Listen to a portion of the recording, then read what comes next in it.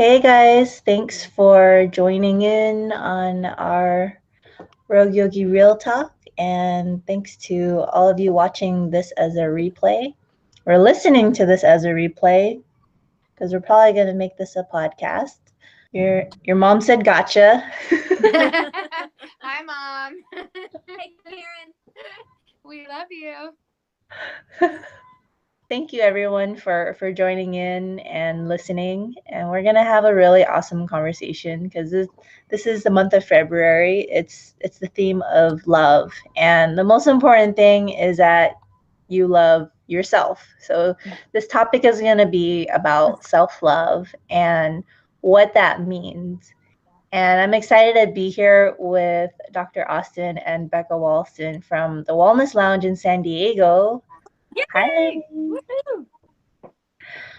Because, well, let me give you guys a background on how this came to be, because Austin and I had not met before her attending my yoga retreat last year in Tulum. And when we met, I just felt like she was such an awesome and positive lady. And what I didn't know was that she was a licensed chiropractor. So when we were going through some of the yoga sessions throughout the week, I could notice how engaged Austin was and how knowledgeable she was about the structure and how, certain joints were moving. And I was super impressed. So when I started this Rogue Yogi Real Talk, it was first called Science Yoga Sundays, she was the first person I wanted to talk to because I hadn't met any other yoga teacher who had a previous background in chiropractic or kinesiology or anything like that. She was a rare breed. So she is a rare breed. I was like, okay, this is different. This is such a different approach. Yeah. So we need to geek out on this. And so now that, I'm shifting the direction of Science Yoga Sunday to Rogue Yogi Real Talk, this opened up just a whole world of possibility of what we could talk about and how we could help our students and fellow teachers with the yoga practice. And so Austin was like, "Oh, we got to bring Bekah on," So Bekah was one of the owners of the Wellness Lounge, and I think it's best to have you guys describe the concept of the Wellness Lounge because it's really unique. I don't think I've stumbled across anything like it. So, take it away. Do you want to go, or do you want me to go? Yeah, I'll give a short little blurb. Bekah definitely, she's been here from the beginning. Before I even knew the Wellness Lounge existed, and I was like finishing chiropractic school, and we were supposed to be creating business models, I loved the idea of this integrated, holistic care center. And I would show my teachers my idea, and they'd be like, "Oh, that's cool, but it's not really, it's not feasible." And then I found the Wellness Lounge, and I was like, "Look, guys, it already exists." I love being here. I love how well we all work together. We have chiropractors, massage therapists, acupuncturists, and most of us are yoga teachers. So we have a really small studio next door where we get to spend a lot of one-on-one time with our students who are also a lot of our patients. And they really get that full care. So they come get body work, and then they go next door and they learn how to care for themselves at home. So taking that away, so Dr. April and I, who is technically the owner of the Wellness Lounge, we've known each other for, I guess, at this point about 12 years. And funny enough, this is supposed to be humorous. So we actually met each other in Vegas, and it was randomly at a club. And I met her brother, and we were dancing the night away. And then he's like, "I'm here with my sister." And this beautiful little blonde creature came up out of nowhere and was like, he's like, "Oh, this girl's awesome." And we started talking for a second, and she's just like, "Oh my God, I love you." And that's like my first interaction with her. So what happened to Vegas doesn't always stay in Vegas. We use that quote all the time. And we both ended up, at that point I was living in LA. She was living in San Francisco.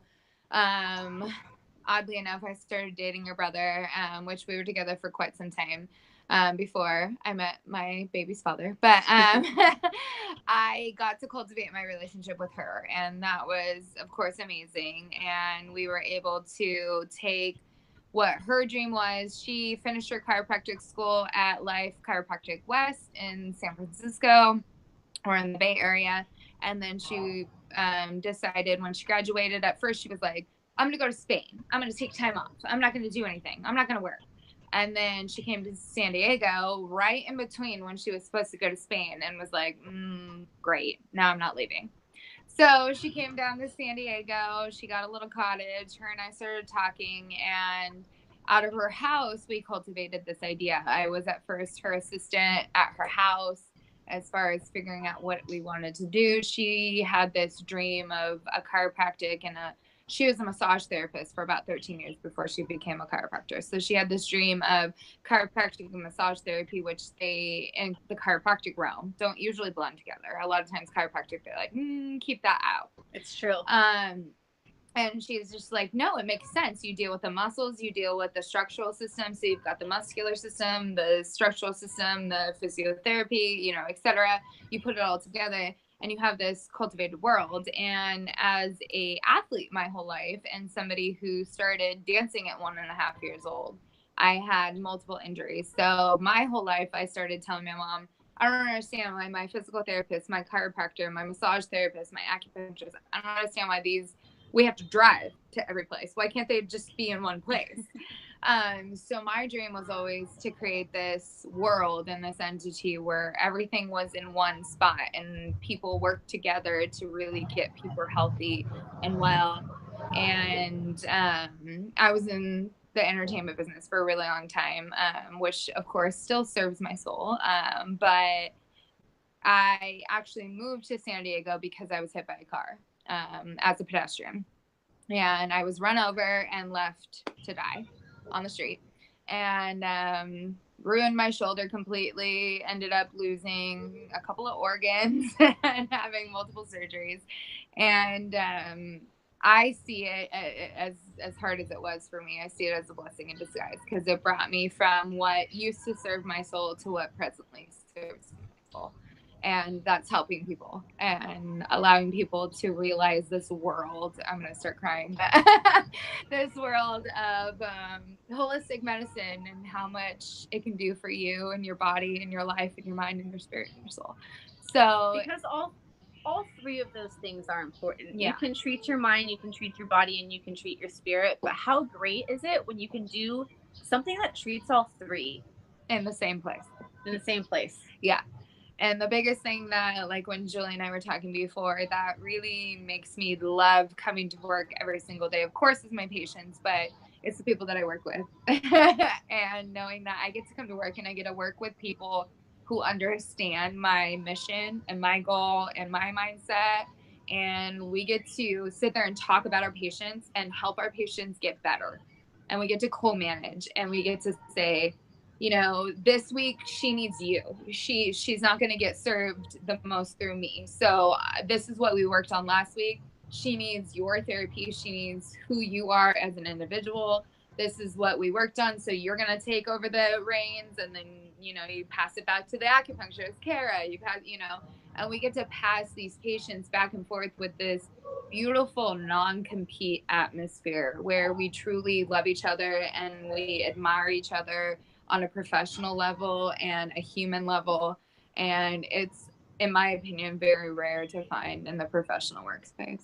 So yeah, that is definitely rare. I mean, just hearing about how you have your yoga students and what their medical history is, because it's such a common thing where I meet someone that's asking a question of, I have this pain here, I don't know what to do in my yoga practice, and then the only advice people can give is, hey, you should go talk to a doctor, you should go talk to a PT. And it'd be so nice to have this cohesive space where the PT is next door. Yep. Where the PT is your yoga teacher. Exactly. Yeah, which we have. we have a really cool functional yoga class, and it's a physical therapist, and she you never know what she's going to do until right before class, because she won't sequence her class until her students get there and tell her what aches and pains they have, and that's really cool. So this leads me to my next question. You guys are all certified or licensed as something else before the yoga teaching. So tell me about how that came to be. I had always kind of been into yoga, but not super duper hardcore.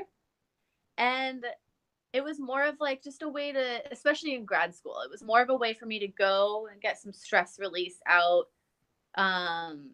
Or maybe, go sweat it out in a Bikram class or something like that. Honestly, it really wasn't until I started here at the Wellness Lounge. Actually, no. Here, I take it back. Right before I started here at the Wellness Lounge, I was working on a specialty in chiropractic. It's called a diplomate. And I was trying to get a specialty in rehabilitative chiropractic or rehabilitative exercise. And it wasn't until I started taking these classes, and I had to travel to LA once a month for each of these. I was like, wait, that's in yoga. Wait, I did that in my yoga class the other day. Oh, wait. Oh, you're doing bird dogs now. Okay. So then I came here, and they happen to have a yoga teacher training. I was just like, I'm already doing my specialty in rehab. And honestly, I focus more now on my yoga training than I do on the rehabilitative stuff, because they go so hand in hand, and it's all the same stuff, which is different names. It really is. Yeah, totally. And I think I got really lucky as far as it was interesting. Dr. April, myself, Kara, acupuncturist, and then two of the other girls who work here. It was funny enough, before we were even yoga teachers, we were, say, chiropractors, acupuncturists, massage therapists, and we decided to come up with this thing called yoga therapy. And most people are now going to be like, yeah, yoga therapy, it's totally a thing. It's out there. Yoga Alliance recognizes it, etc. Let me tell you, when we came up with the term yoga therapy, it did not exist on Google. We sat there for, I would say, April's outside of the room right now. She would probably attest to this statement, but yoga therapy was not a term. We sat there and was like, what lotus yoga? She said almost trademarked it. See, she yelled it out. We sat there and we were just like, what are we going to name it? Lotus yoga. I mean, we came up with all these airy fairy terms, and we were really trying to figure it out. And we were like, it's therapy. It's physical therapy. It's mental therapy. This is Layla, the beautiful little puppy, our mascot. Aww. She's been Yogi around doggy. for the whole Wellness Lounge. Yes, she loves her aunties. Oh, we love you.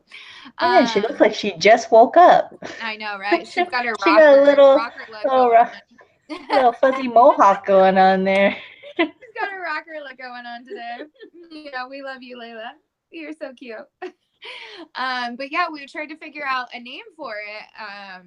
Once, what we were doing at first was saying, okay, we're going to take the chiropractic, we're going to take the massage therapy. I specialize in Thai massage. We're going to take that. We're going to take, the yoga itself, as far as the asanas are concerned. We're going to take the mind-body medicine. We're going to combine it into one whole class. And we brought it to different studios throughout San Diego.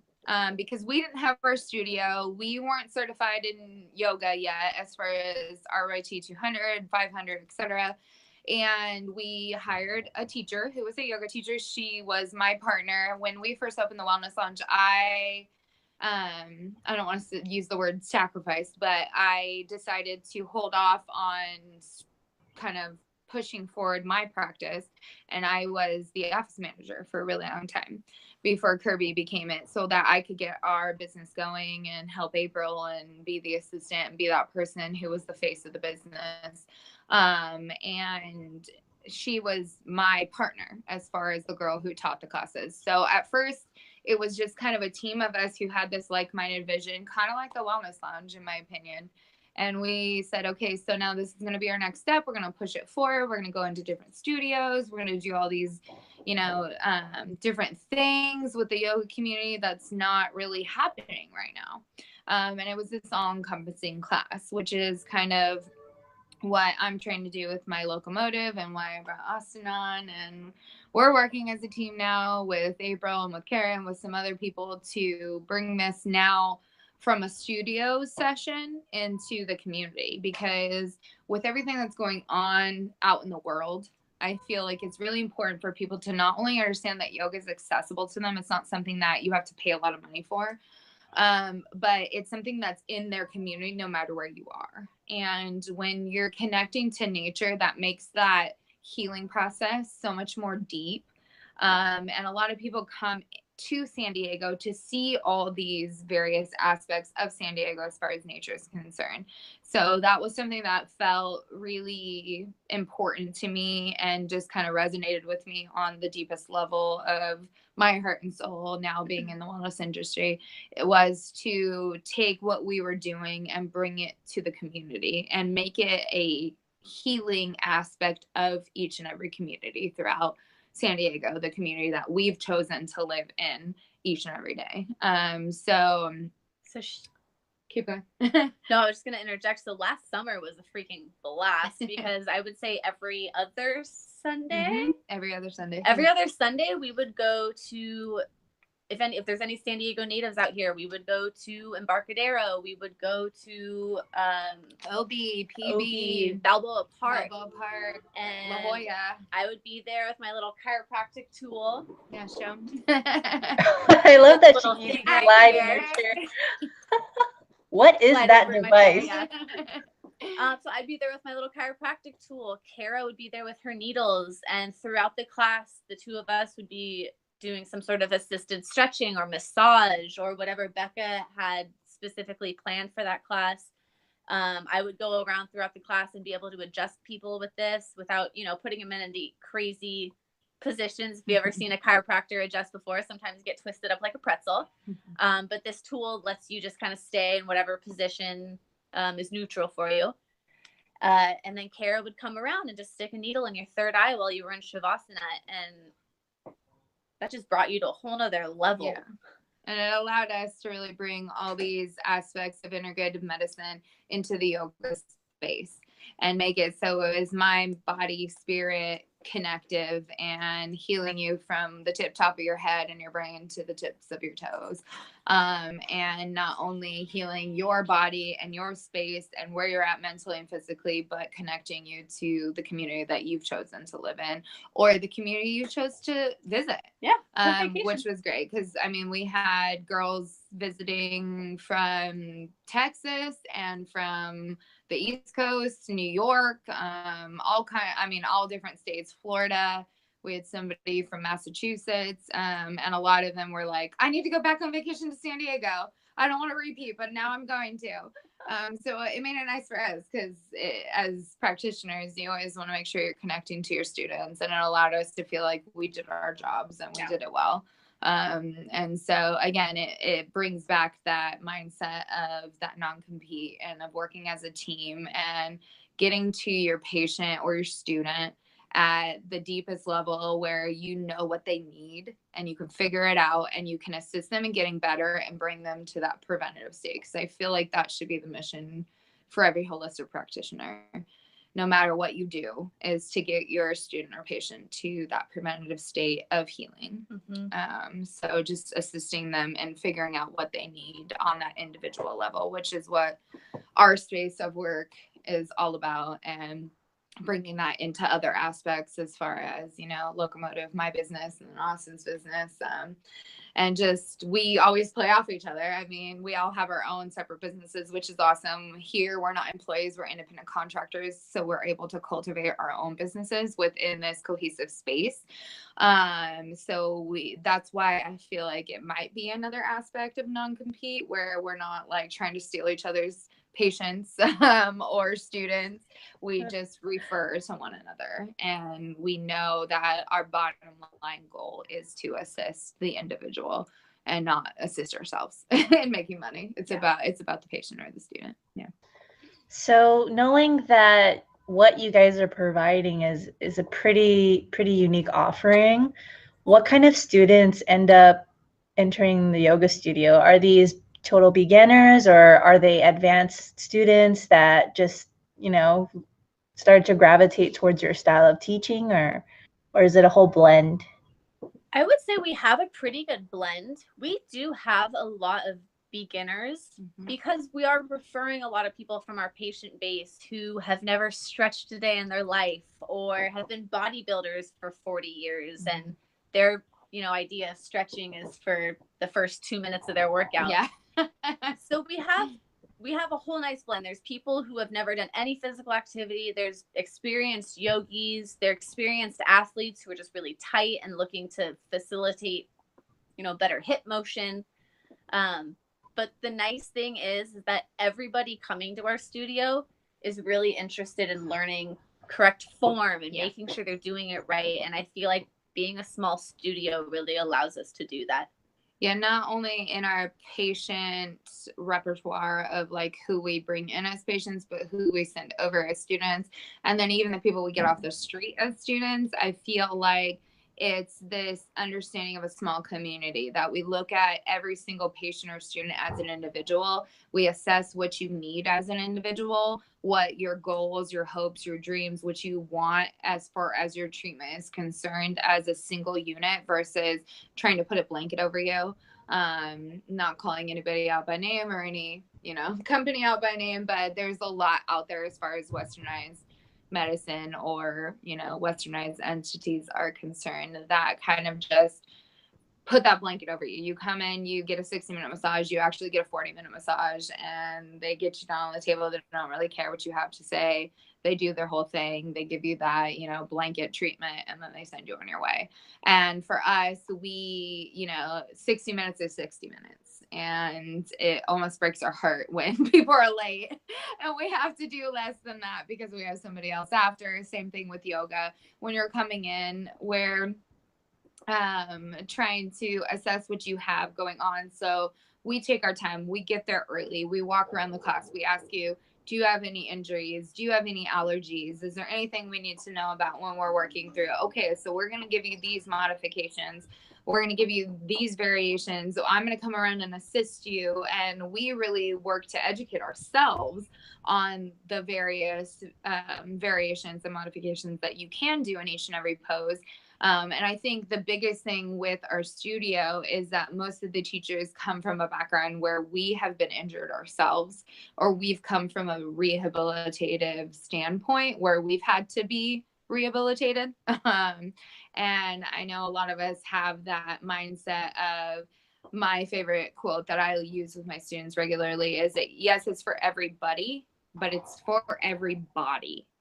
And that's what I'm most passionate about, because I've been to those studios where they just stand over you like a drill instructor. And when you're modifying, because maybe you're educated and you know the modifications, they tell you it's not appropriate. They tell you that you should do what they want you to do. And that's not what yoga is about. Yoga is all inclusive. Yoga is about making you feel at home, not having that ego. And that's a big thing that I know Austin teaches on and I teach on, is when you're on your mat, you're in your own little safe bubble. And nobody else next to you, in front of you, or behind you matters. You're building self-awareness. You're building body awareness. You're creating that mind-body connection. Yeah. That's super important. And it's all about you and not comparing yourself to anybody else. Yeah. And learning to love yourself where you're at that day, because maybe the day before you had your leg to your head, and then that day you slept wrong. And so you're not going to be able to stretch the way you stretched the day before, but loving yourself where you're at that day and really just accepting your practice so that you can continuously move forward every single time you practice. And I think that that's a big aspect of what we do on a daily basis and the way that we try to teach our students so that they understand that as well. Yeah. So it sounds like you guys are really empowering the students to develop their proprioception and interoception. And for those of you listening later on that don't know what those words mean, essentially it's understanding how you feel inside, like how your insides feel, your skin feels, how the relationship of where your hand placement is to your other shoulder, things like that. And I feel like in today's Exactly. world, like all that technology just distracts the shit out of us from even understanding what's happening when we're sitting, you know? Like for example, like if I'm sitting for, I don't know, 15 minutes and my butt starts to feel really numb, like I should know right away that so I should get up and start doing something, you know? But I'm just thinking about all my students that would sit there for 8 hours doing, you know, working so hard at what their dreams are, you know? And yeah. And that's great. Get in the zone, and maybe that's going to happen and you can't help it, but you need something to balance it out. You're going to be like this, you need something to pull it all back. Counterbalance. Yeah. It's all about balance, right? All about balance. And not just bouncing on one foot, but balancing your body from head to toe.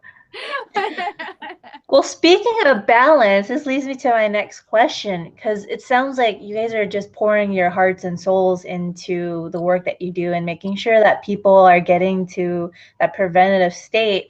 How do you balance being the teacher and being the student yourselves and making sure you're being nourished and you're in the preventative state? That's hard. Yeah. It's hard sometimes. And I'm not going to say that we're completely perfect at it, because there's a lot of times where I find myself like not being able to sleep at night because I, you know, maybe 2 weeks was like, I should get a massage or I should get adjusted. And then all of a sudden those 2 weeks flew by. Yeah.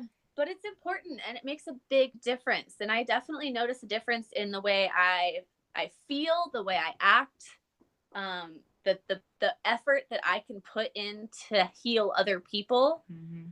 When I've been taking care of myself, when I've been loving myself, when I've been honoring myself. And there is absolutely nothing wrong when you have to say no to something so that you can take care of yourself. And even us, we're preaching it right now. It is still something that we need to work on as individuals. And one of the biggest things I think that I try to do on a weekly basis, because I mean, at this point I'm teaching, I'm not only working on patients at about 60 hours a week, but I'm teaching about 8 yoga classes a week. And the biggest thing that I can do for myself to give myself that reality check is to teach what I need to hear.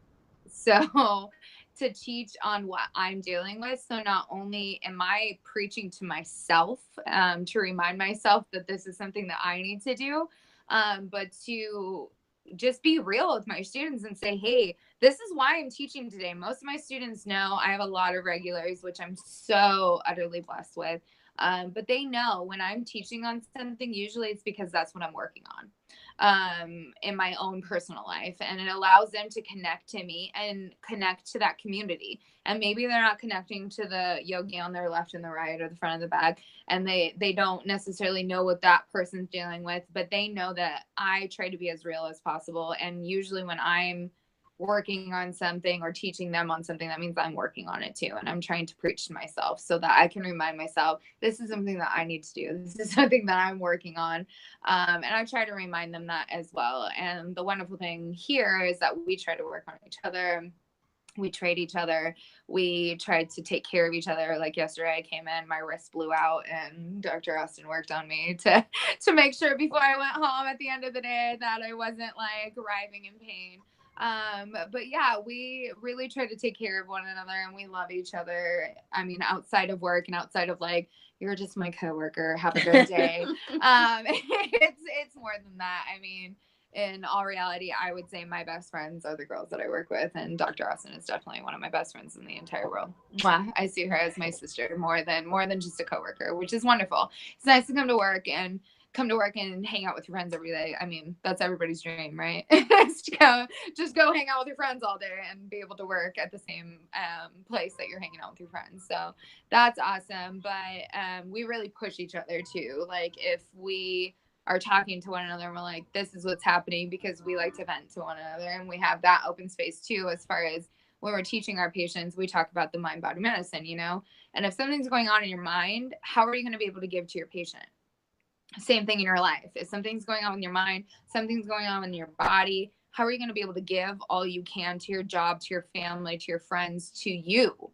And really pay attention to yourself. It's that cliche quote, you love yourself first. If you can't love yourself, how are you truly going to love somebody else? If you don't take care of yourself, it's that airplane quote. If you don't put the oxygen on yourself when the plane's going down, how are you going to save anybody else? So that's something that I think we really work hard on, is that we do give and we give and we give and we give, but we try to push each other to get back to ourselves, and to make sure that we're constantly loving ourselves from the inside out. And, you know, those days, not every day is going to be easy. Not every day you're going to love yourself, but we try in those days to love one another and to, you know, practice what we preach to one another so that we can continue that process.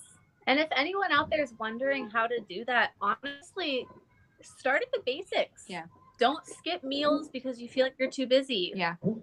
Don't go to bed at, you know, super late. Get a full night's rest because your body deserves it, and it's going to thank you for it, and you're going to be more productive later on. And just get a good community. Yeah. Surround yourself with people who act the way that you want to act. And it's all going to start trickling back down to you. Start to really figure out how you can also flip your mindset. So go from, instead of, this is something, because we're doing the talk today, I decided to teach on this last week, but when you wake up in the morning, how often do you say, oh my God, I have to go to work today. Oh, I have this going on today. Oh my God, I have to pay this bill today. I mean, how often do people do that? And then what if you just woke up and instead of saying that, shut it down and said, oh my God, I'm alive and I'm breathing and I have this person to be grateful for. And I have 2 legs to walk with and 2 hands to touch with and 2 eyes to see with. I mean, so many people in this world aren't so lucky. I know a few of them. So I think it's such a different way of life and it's not easy. We will attest, it's not easy, but it's something that you can work on every day. And again, you teach what you practice what you teach. And the easiest way for us to be able to live this way is to serve our students with it, because we do get to listen to ourselves and say, well, how hypocritical am I if I'm preaching it 24/7 and I'm not trying to practice it? So, I mean, that's one thing that, like, I try to do every day instead of waking up and being like, you know, this is what I have to do. Oh God, sigh, sigh, sigh. I say, okay, this is what I have to be grateful for. And thank God I'm alive. And, you know, XYZ. And now I have a new baby and life is so much more difficult, but so much more pleasant in the same aspect. So there's so much I have to now work harder for and, you know, live more for each and every day when I wake up, instead of thinking, oh my God, I have to do all this today, or I'm stressed about this, I'm stressed about that. More of the time I'm like, I'm stressed because I'm living for somebody else. And it's almost a new beautiful realization as far as all of this is concerned. So it's wonderful and it's beautiful and it's trying and it's amazing. And it definitely teaches me a lot more about self-love, because I need to be able to love myself so I can truly and wholeheartedly love my baby. Yeah, that's pretty deep. I mean, that was deep. Yeah. You might as well drop the yoga block and just walk off the screen, you know? Oh, bomb dropped. Drop the activator. Drop the activator. So for our listeners that are thinking of not a formulaic way, but just some simple steps they can follow in case, you know, they experience one of those days where it's pretty rough. They might have a shitty day. It sounds like the first step would be to just appreciate what they have right here and right now. Yep. And I understand that sometimes it's hard to appreciate it when you've had a rough day. Yeah. And so maybe go do something to distract yourself. Maybe you need to go clear your mind first before you can really sit down and be like, all right, this is what I have to be thankful for. Or like I always joke, like if I'm getting really tight and I've been working and I haven't gotten any body work, these get tight and I get headaches. This is what I work on for her. I call them my grumpy muscles. These are my grumpy muscles. And I feel like a whole new person after Bekah works on my neck for a half an hour. Vice versa. And so I think it's really important to stop looking at certain things as a luxury and start looking at them as a necessity. Yeah. Yeah, like I don't need to get a 2-hour massage, but a 30-minute massage on my neck. There's nothing wrong with that. Life-changing. Even if it's a quick adjustment. And maybe, yeah, exactly. A quick adjustment. Come see the chiropractor. And if a 2-hour massage is what it takes for you to get back to your homeostasis, to your balance in your heart, then do it. Yeah. You deserve it. You deserve it. I agree. And I think that she hit it on the nail. Like every day is not going to be fine and dandy. You're not going to be running through fields of flowers and eating lollipops every day. For the standard individual, which is something that I always try to tell my students, is life is constantly going to throw obstacles at you. You have to think of life as a 100,000 million mile stretch of road.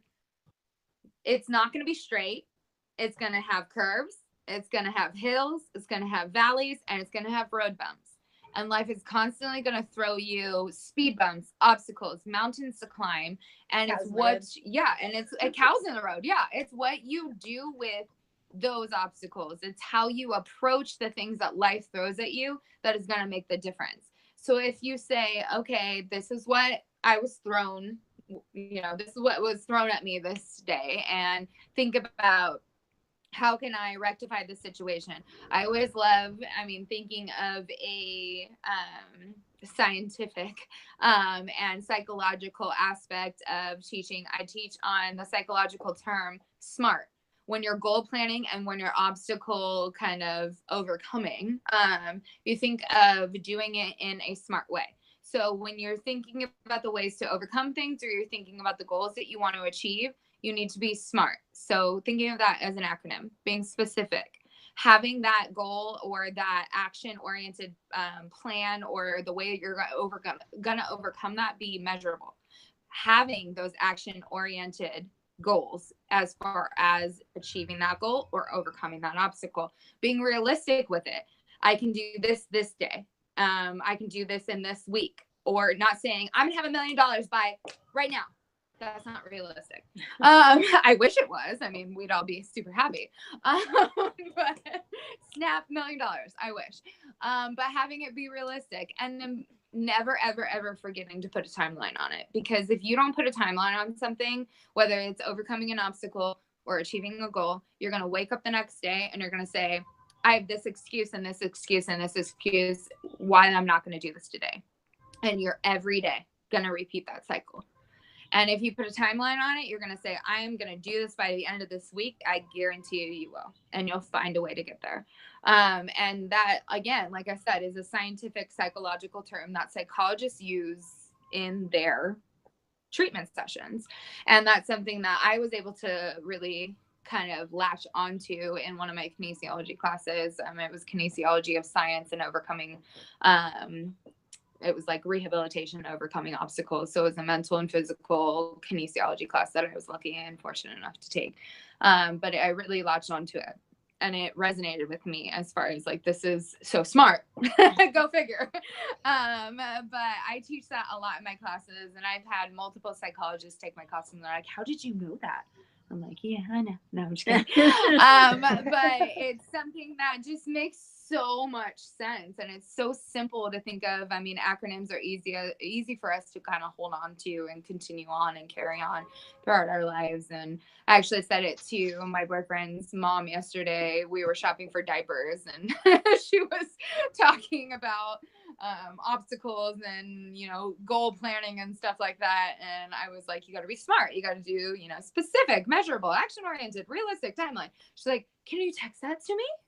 That's so smart. And I was like, there you go. So that's something that I really use in my teaching practice a lot, and I use in my everyday life. And not every day is going to be easy, but the more you can look at the obstacles, overcome them, be smart as you're overcoming them, the more you can look at each day and say, I have these goals planned, do what needs to be done to achieve those goals, and be really action oriented about them.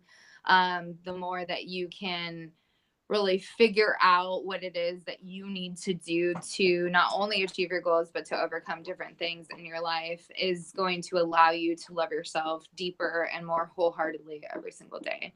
And it's going to allow you to look at life a lot differently. And the other biggest thing is really looking at your scars as something beautiful, and not looking at the things that you've been through and the things that you've had to overcome as negatives, but looking at them as positives, because they make you who you are today. And they make you, without those things, you wouldn't be who you are. So not looking at, you know, I've had to overcome this, or this is what happens to me, so I'm going to let it tear me down every single day. You need to let that build you up. And you need to let that make you stronger every day, because it has made you stronger. And you need to realize that those are the things that have made you that beautiful, bright, amazing, smart, intelligent, wise person that you are. And you've learned from the negative from the past, and you've been able to hopefully make it a positive and achieve more because of that. So that's something that I really try to assist my students in realizing, because I've been through a lot in my life and not everything has been easy. And I know Dr. Austin has too. And I'm sure every single person listening to this, I'm sure you, Julie, have been through quite a bit as well. And it's just taking what we go through and figuring a way to flip it into a positive, just like we were saying, waking up in the morning and instead of saying, oh God, I have to do this today, saying, thank God I'm alive. Let's take this day on. Let's do this, you know? My mind is just lit up right now, just listening to what you two are sharing. And the main points that keep reiterating themselves in my mind is that things happen for a reason. And if they don't, at least you learn something from that situation. Yep. And, you know, for you guys that have been injured in your yoga practice, I've also been injured from my yoga practice and from car accidents. But because of that, it just changes the way we approach teaching other people. It's like we had to go through those injuries and the pains and the rehab in order to appreciate just how precious our bodies are and how precious everyone's bodies are, and how it's not a one size fits all, and that the pain and the injuries go with the emotions and just all these memories that we tend to hold on to that drive the direction in which we approach the next day and the next day and the next day. And also, I'm thinking that visiting the chiropractor is the new spa visit. It's like, yeah. Yeah. It's more luxurious than you think. Yeah. Or at least it can be. People see it as this medical term. And I will say, if I choose anything throughout my weeks, especially being a new mom, I choose Dr. Austin or the chiropractor. If she's not available, I choose that chiropractic adjustment, because if you think about your body, what holds your body up the most? Your bones, right? So the structural system is your baseline for health and wellness, and that mind body health and wellness. And when your structural system is aligned, your muscles go in tandem, then your mind reflects what your physical body is feeling. I always say, what your mind is thinking, your body feels. And what your body is feeling is a direct reflection of what your mind is thinking. And that's what every single human being needs to start to understand. They're not dualistic. And I understand that some people have that dualistic mindset. And I appreciate my students if they do. And I allow them to live in that land if that's what they think. But I also try to educate on why there might be other realms of thinking, even if that is their mindset as far as dualism is concerned, which, if you guys don't know what that means, those of you who are listening, dualism is the understanding or the thought process that the mind and the body are separate. But of course, those of us at the Wellness Lounge and Julie and most people in the holistic realm of medicine have a more holistic mindset, which means that the mind does affect the body and the body does affect the mind, and they are reflective and reliant on one another. And that's something we try to teach. And whether you're thinking of mind, you can think of mind in the more outer, not spiritual, but kind of external versus, sense. Yeah. But you know, they're the same thing. Your brain. Synapses, your brain is your mind, right? And with each chiropractic adjustment, you're creating a better communication between your brain and your body. You're creating a better communication so that when your hip signals to your brain, like, hey, I hurt, now there's no interference. We've adjusted it. We have allowed that joint to have its full range of motion. So your brain can now be like, oh, it hurts because I'm standing weird. Maybe I should stand on both feet and not like kick my hip out to one side. Yeah, which I'm guilty of too. Don't worry. But yeah, no, talk about self-love. Chiropractic is the bottom line. Is the bottom line. Like we're making you feel good so that you can go express yourself the way that you want to. We don't want you huddled up in a corner because you're in pain. You've been sitting at a desk all day. We want to reverse that. Get you up straight. Shine your heart out. And where's your self-love? Your belly and your heart.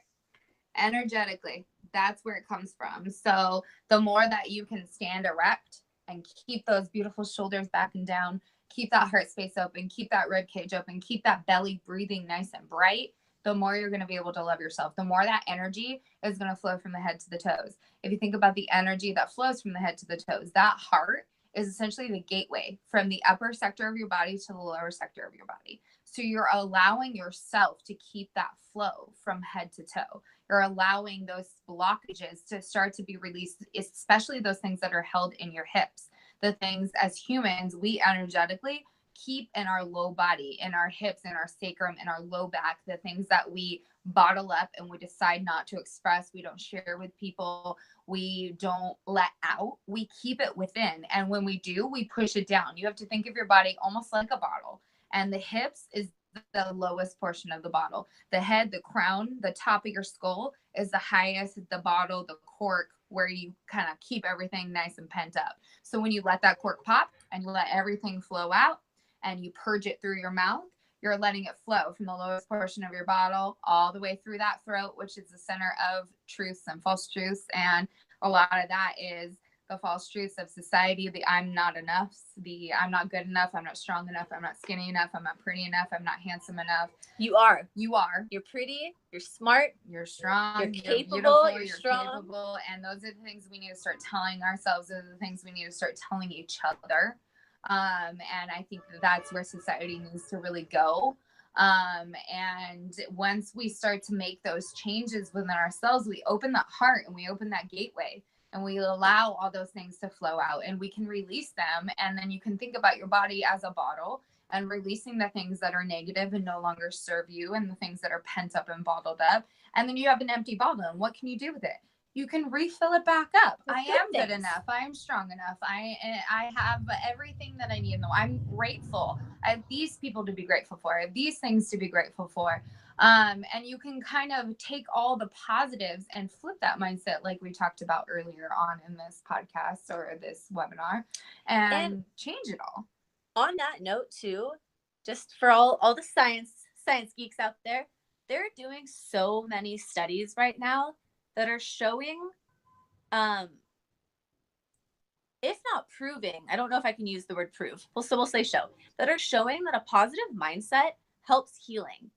So if you have someone who's just had surgery and they're like, oh, they're stressed out and they're upset and they're angry, like it takes so much longer for their body to heal from that surgery than somebody who has a good support group, someone who is meditating, somebody who is doing even just positive affirmations. It makes a difference. Each emotion that you feel, you're sending out some specific chemical in your body, and that's it's altering your balance. Yeah, at a cellular level. Yeah, exactly. And I will attest to that. I mean, most people, of course, don't know me, but long story short, I mentioned I had a baby. I'm a new mom, and I was one of those people that didn't know I was pregnant. And of course, most people say, how do people not know you're pregnant? You were probably like super obese and you just didn't know. And it's a total TV thing.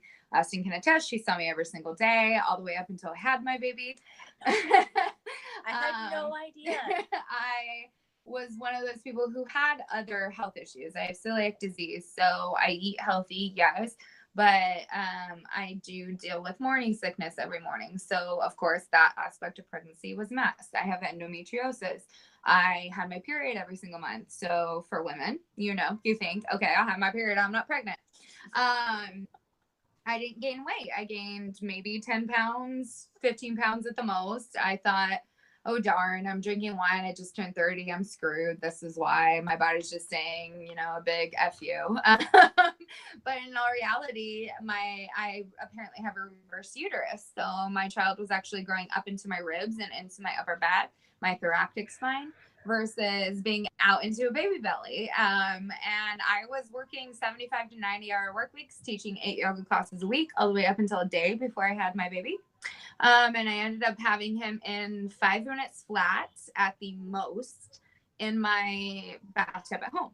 And it was definitely a life-changing experience. And I've had to work on a lot of self-love since, because I'm used to having a six-pack and being super tiny and skinny. And I am dealing with all the hormones trying to process out of me, and dealing with being a new mom and not having 9 months to plan, and, you know, stressing over having to take time off of work, and now getting back to not only my patients, but trying to get back to myself, and really having to work on self-love every day. So this is something, as far as the theme of this talk, is something that's near and dear to my heart.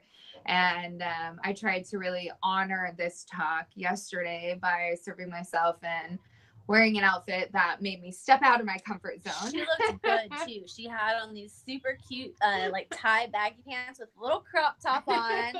Sorry, I dropped my phone. She had her little belly showing, and she looked gorgeous. So the girls were like, oh, you look pretty. And I'm like, I'm trying to step out of my comfort zone and love myself regardless of the way I think I feel when I look in the mirror. And that's something that, again, when I teach my students and I'm talking, it's something that I have to keep telling myself too. You know, when you look in the mirror, instead of being like picking yourself apart and saying, I hate this and I hate this. Oh, this is ugly. Blah, blah, blah. Say, I love my eyes. They're beautiful and blue. I love, you know, the fact that I'm strong. Strong is the new skinny, and healthy is the new pretty. And that's something healthy is the new pretty from Austin, and strong is the new skinny from me. And that's something that I know we try to live on, even though we have our days. We're not perfect. Nobody's perfect. We have our days of self-doubt and the self-worth, because of society, unfortunately, is always going to get hit. But the more that we can build each other up, the easier it's going to be for you to look at yourself in the mirror and say, I am beautiful, and I am strong, and I am worthy. And my favorite thing in regards to self-love is thinking about self-love as money. And if I were to hold up a $20 bill and say, who would want it? Every single person in this talk would say, I want the $20 bill. Now, if I were to crumble up the $20 bill, throw it on the ground, say, who still wants this? Every single person would say they want it. If I were to ground it into the ground and throw it into the mud, it's still a $20 bill. I held it up and said, who wants it? Every single person would raise their hand. So that's your self-love. That's your self-worth. So you have to think about yourself as a monetary value. It's never going to change, no matter how tired or tattered or worn or torn it is. You are never going to lose your self-worth. And that's something that we really, as humans, need to think about. And we need to assist each other in believing that every single day, and not tear each other down, and not let the society standards of what, you know, media says is perfect and pretty and skinny and this and that be our defining factors. We need to really take it upon ourselves to say, this is a new world and this is a new me. And let's assist each other in feeling amazing every single day. What a perfect way to wrap up this discussion about how to love ourselves from the inside and out, and how to really love other people, you know, when we know that we love ourselves first. That was an awesome conversation, you guys. We love you. Thanks for having us, Natalie. We love having being here. us. We love doing this. Yeah, loving ourselves through our technical difficulties. Exactly. Yeah, I mean, this was a perfect scenario. And for those of you guys wondering why we didn't start this conversation until 20 minutes later, we were just sorting through all sorts of technical things. And, you know, that's just what it is. And instead of letting it get us down instead of being pissed off about it. We're just having a whole shit ton of fun with it. And, you know, laughing at ourselves. just laughing at ourselves and saying, you know, this is a first world problem. This, you know, the Wi-Fi and whatnot. But yeah, like I said, this is a wonderful way to wrap up the conversation. Thank you to everyone that's listening right now. So if there's any San Diego locals listening now or the replay, check out Local Motive SD. That's your Instagram, right? It's my Instagram. It's locomotivesd.com. Is also the website. And now that my baby is 3 months old, Mama can get back to work. So new things will be posted, and we will probably be starting within a few months as far as touring again this summer. Once the freakishly cold San Diego weather stops. What is this nonsense of 60 degrees now? It was like 30 degrees yesterday. We can't handle it. But yeah, once the weather gets warmer, we'll definitely have some more classes around the community. So please look for us and come out and visit us. Awesome. Thank you guys for taking the time out of your super busy schedule for just sitting and chatting with me. I mean, this is our pleasure. We love you. Love yourself. Don't forget. Love yourself, guys.